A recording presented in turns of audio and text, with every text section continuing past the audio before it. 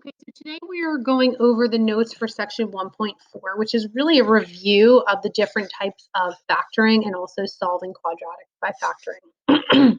So our goals are that we're going to factor quadratic expressions and solve quadratic equations by factoring, and we're going to find zeros of quadratic functions. So there were several types of factoring that we've done so far. We've just done the simple factoring where you take a trinomial and you factor it into two binomials. We had done difference of two perfect square factoring. We looked at perfect square trinomials. And then we also did factoring a problem similar to number 2 where you have a coefficient in front of the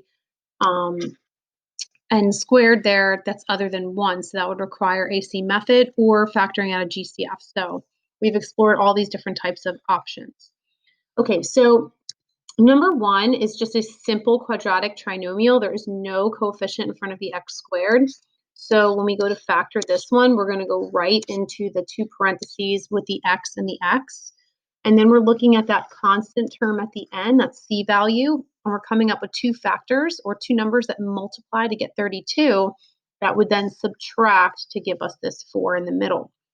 So that would be 8 and 4. Now, in order to get that negative 4 in the middle, the bigger number, which is the 8, would have to be negative, and then the 4 would be positive. And you can always FOIL or use the distributive property to check your answer. Now, in number 2, there is a coefficient there. So there's one of two options. One, factor it out by taking out a GCF. But unfortunately, 2, 13, and 15, there is no GCF that we can divide out there. So then we're going to have to multiply the A and the C term to find that AC number, which is 30. And we use what's called the AC method to help us factor it into the two binomials. So the two numbers that multiply to get 30 and then add up, since this is a plus sign, to get that middle number, which is 13. In this case, that would be 10 and 3. So once we figure out what those two numbers are, we rewrite this problem as a 4-term polynomial, so 2n squared. And we take those two numbers we came up with, the 10 and the 3, and we put those in the middle with n's, and we were basically replacing our 13 with those two numbers, or two terms. And then we have our 15 here at the end. Once we rewrite the problem, we can now basically find the greatest common factor of each of these two pairs. So the first pair, our GCF there, would be 2n. And then when we divide that out, we'd be left with n plus 5. On the second pair, our GCF would be plus 3, and we'd be left with n plus 5. Now notice it was a plus 3, and that's because that sign always follows down there. And then you end up with the same thing left in those two parentheses, which is a very good sign. It tells you that you're on the right track. So then you take those two GCFs and put them together as one of your final factors. And then that repeated term, that n plus 5, would be your second factor. So that would be your final answer for that problem. Now, anytime we have a number in the front and there is a GCF, we want to factor that out first. It makes things a lot easier. We have smaller numbers to work with, and our answer is definitely going to be simplified if we do that. So number 1, our GCF here would be 5. So we divide out our 5, we're left with x squared minus 4. Now, we have to take a look at this. If there's any x that has an exponent on it, like a 2 or 3 or whatever, we'd want to look at it again and make sure to see if there's any more factoring that we can do with that. So because it's an x squared, and 4 is a perfect squared, and there's a subtraction sign in the middle, I know this is a difference of two squares pattern. So I know that I can break it down into x and 2 and 2, because 2 squared is 4. And because there's no middle here, that is because these two would have opposite signs, which then would have canceled out if we were to use a distributive property or FOIL it back together. Just make sure your your final answer has that 5, that GCF of 5 out on the front, because if you did not include that 5, technically your answer would not be complete and it would not be therefore correct. Okay, number 2, these two have a GCF of 2, but they also have a common variable of x, and so the smaller of those two, the x, can also be coming out as a GCF. So 2x is your full GCF there, is your greatest common factor, and then you'd be left with x plus 2. Now at this point, there's no more factoring that we can do because x plus 2 is just a single x. It's not an x squared or something, so there's no more factoring to do with that. Okay, the next two problems. Now this one here, we also have a coefficient in the front. So whenever that happens, we want to check to see if there's a GCF. Now in this particular problem, there is a GCF. It is 4, so we would want to divide out that 4. That leaves us with x squared plus 3x minus 4. So now, because we still have an x squared, we want to look at this a little bit more and see, can we take it down another level? Can we factor it a little bit more? So are there two numbers that multiply to this 4 here that would subtract to get 3? And there are. It's 4 and 1.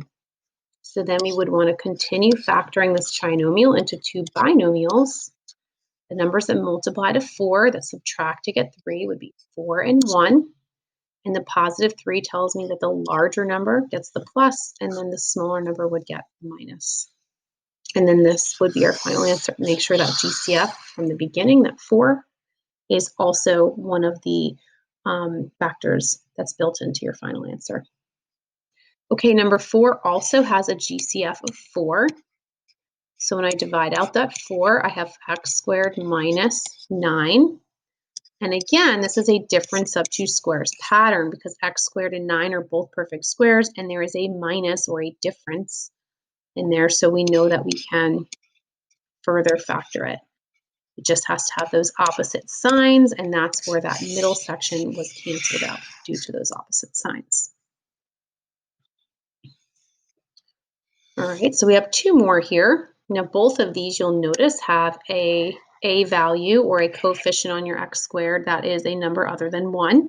So we're either going to have to take out a GCF or do AC method, or maybe both. So if we take a look at, for example, this first problem, I can see that all of these are divisible by 3. So when I divide the 3 out from all of my terms here, I have 4x squared plus x plus 1. So at this point, I still have a coefficient in front of my x squared, so I'm going to look and see if maybe I can use AC method to factor this a little bit more. So if I multiply 4 times 1 and I get my AC method of 4, or AC number of 4, I would need two numbers that multiply to get that 4, but then they would have to add up to get me this middle number of 1. Unfortunately, the only numbers that multiply to get 4 are 4 and 1, which would equal 5 if I added them, and 2 and 2, which would equal 4 if I added them. So there's no more work that we can do with this particular problem. So the most factored answer that we can actually achieve is the 3 being factored out, and that's it. You still would not write prime or not factorable as an answer because it is factorable. It's just not as factorable as maybe another problem is, but we still were able to factor out something. Okay, now number 6, on the other hand, we're going to divide out the 2, since that is our GCF here, which leaves us with 7x squared plus x minus 6. Now, with this particular problem, my AC number would be negative 42. So the two numbers that multiply to negative 42 and then subtract to give me that middle number of 1 are going to be 7 and negative 6, or 7 minus 6. So then I'm going to actually rewrite this. This is the portion that we're factoring with the AC method. So the 2 is just going to kind of hang out on the outside for now. So I'm going to have 7x squared. I'm going to rewrite that middle term with plus 7x and minus 6x. And then I have my minus 6 at the end. So now I would do my two GCFs, my GCF of the first pair and then my GCF of the second pair. So the first pair I would be able to take out a 7x, leaving me with x plus 1. On the second half here, I would have a GCF of negative 6, leaving me with x plus 1. Now remember, when you take out the GCF, if there's a plus here, the GCF also has that plus sign, or the negative, same thing. So now I'm going to write down my two GCFs, 7x minus 6. That's one factor. My other factor is this x, oops, that was a plus 1, sorry, x plus 1. But we have to make sure that that 2 that we divided out in the beginning is still part of that final answer. So now the next part of this lesson was solving quadratic equations, and we were using those different factoring methods to get the problem to a point that we could use zero product property to actually solve for the solutions. Now remember, these solutions that we're looking for, we're solving, are going to be referred to as zeros because we're using the zero product property. However, in the last couple sections, they were referred to as x-intercepts because we were looking at them on the graph. And the next section we'll get to after this, we'll refer to them as roots because we'll be using the square root method to solve them. But they're all really representing what x equals. So once we're done factoring, how do we use the zero product property and what exactly is it? Well, we know that if a times b equals 0, then as one of those two numbers is 0, it doesn't really matter what the other one is. We just know one of them would have to be 0 because 0 multiplied by any number is 0. So if we look at number 1, we have two factors here. We have the x plus 3 and the x minus 5. And we know when we multiply these two factors together, we get 0. So that tells me that one of these factors must equal 0. So how would the factor x plus 3 be equal to 0? Well, what number would x have to be so that when I add 3 to it, I get a 0? So most of you can probably just figure that out in your head that it's -3, but if you couldn't, you would just solve it. So now I know that x could be -3 because if -3 plus 3 is 0, then 0 times whatever the second factor is will still be 0. The other possibility would be if the second factor was equal to 0. So what number would x have to be so that x minus 5 would be 0? And that would be x would have to be +5. So those are my two possible answers for x, which would be my two x-intercepts on a graph, or they're known as my zeros or solutions. Number 2 is the same concept. The only difference here is it's a little bit harder to figure out in your head because you have a coefficient in front of your x. So if you can't do it in your head, that's completely fine. You would just set each factor equal to 0 because you're kind of asking yourself, well, what would make this factor be 0? What value for x? So you're just going to solve for x. So we have 2x equals 3, divide by 2, x equals 3 over 2. On the other factor, we would subtract 4 from either side. So 3x equals -4. Divide by 3, and we get x equals -4/3.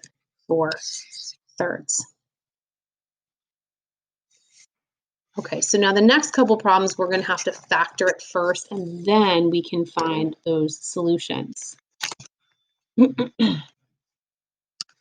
So whether the equal 0 is on the left or on the right, that doesn't matter. It's basically as long as you see that equal sign, it could equal y, it can equal 0, it can equal f of x, you know you're finding the solutions when you're done factoring.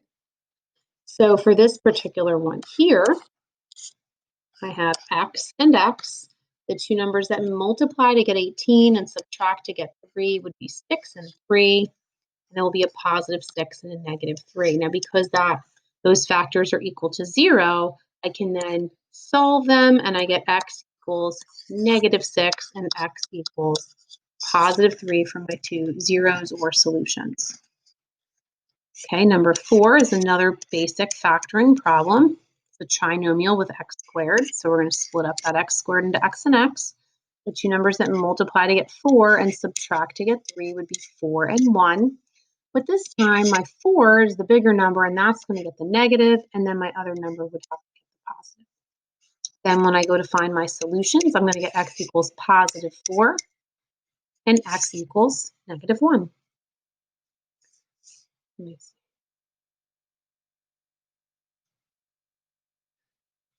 All right, then the next two, we have coefficients this time in front of that lead term. So we're first going to check to see if we could perhaps take out a greatest common factor. If we can take a greatest common factor out, then we want to go with that option first, if not, AC method. Number 5, there's no greatest common factor that I can divide out here. So then I'm going to be forced to use the AC method. My AC number here would be 14. So the two numbers that multiply to get 14 and then add to get that middle number, which is positive 9, are just 7 and 2. So that one wasn't too tricky. So now when we go to rewrite this problem, we have 2x squared, and you can do plus 7x and then plus 2x, or you could certainly switch the order of those two if you think it'll be easier to find your GCFs the other way. Then we're going to find our GCF of the first two and then the second two. So your GCF of the first two, if you put the 7x as your second term, would just be x, and then you would have 2x plus 7 left. For the second half here, your only GCF is 1, and then you'd be left with 2x plus 7. So our factors are 2x plus 7 and x plus 1. And then we would have to solve for those. Excuse me.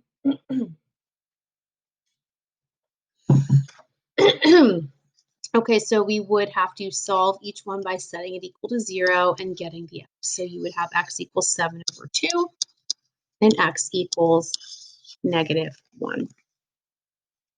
Okay, back down to number 6. Now number 6, we had a GCF here. So we were able to divide out this 3, which left us with x squared minus 9. Then we were able to easily finish factoring that because x squared minus 9 is just the difference of two squared pattern. So we would have x plus 3 and x minus 3. And then, of course, my solutions are just going to be those opposite signs there. So I'm going to have x equals negative 3 as one solution or 0, and x equals positive 3 as the other. And then my final example for these, the one thing here you may notice is sometimes your equal sign is somewhere else in the problem. It's like in the middle of something. So when that happens, you want to make sure that you get everything on one side of the equal sign. So you always want it to equal 0 in order to solve using the zero product property. So first thing we're going to do is move that 10 over. Essentially, you're subtracting when you do that, which brings this 10 over and makes it subtract 10 over minus 10 there. Now it's equal to 0. Now, because I do have this 5 in the front, I want to see if there's a GCF I can divide out. And there is. I can divide out 5 from all 3 terms, leaving me with x squared plus x minus 2. And now I can finish factoring that trinomial into x and positive 2 and negative 1. Now at this point, I want to solve those factors for those x values. So I have a negative 2 and a positive 1. And that's pretty much it. Now there was some extra practice problems on here. So I'll just go through a few of those quickly. So factor each quadratic expression. So remember when it says factoring, I only need my answer with the 2 parentheses. I do not need to solve for x. When it says solve or you see the equal sign, that's when you would do that. So for number 1, I'm just doing a simple factorization here. The 2 numbers that multiply to 54 and subtract to get 3 are 9 and 6. My bigger number gets the plus, and then this negative means the other one gets the opposite sign. If I were to do number 2, however, this would be an AC method. My AC number here would be 40. So the 2 numbers that multiply to get 40 and add to get negative 22 are going to be 20 and 2.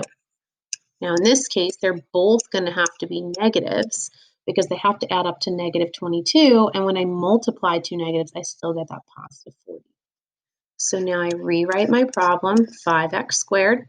Instead of that one middle term, I'm going to split it up into 2, so negative 20x and negative 2x. And then I have my plus 8. Now I go to do my 2 GCFs. So the first 2 terms, it would be 5x, and I'm left with x minus 4. On the second 2 terms, it would be negative 2. Remember that sign carries down. And then I'd be left with x minus 4. And then my final two factors would be the combination of the two GCFs as one factor, 5x minus 2.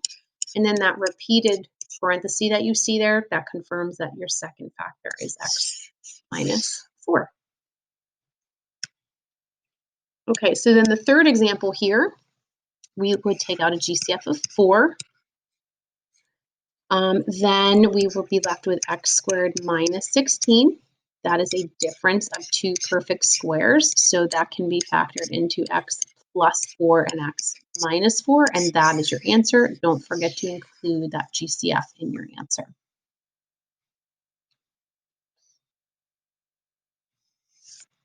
Okay, so then a little bit of extra practice with the solving problems. So notice here it says factor first, then use the zero product property to solve, right? So first of all, I want to factor this one. Okay, it's already equal to 0. There's no greatest common factor to divide out, so I'm just going to go right into my factorization, x and x. 81 is a perfect square, 9 and 9, and the minus sign in the middle tells me I can use those opposite signs.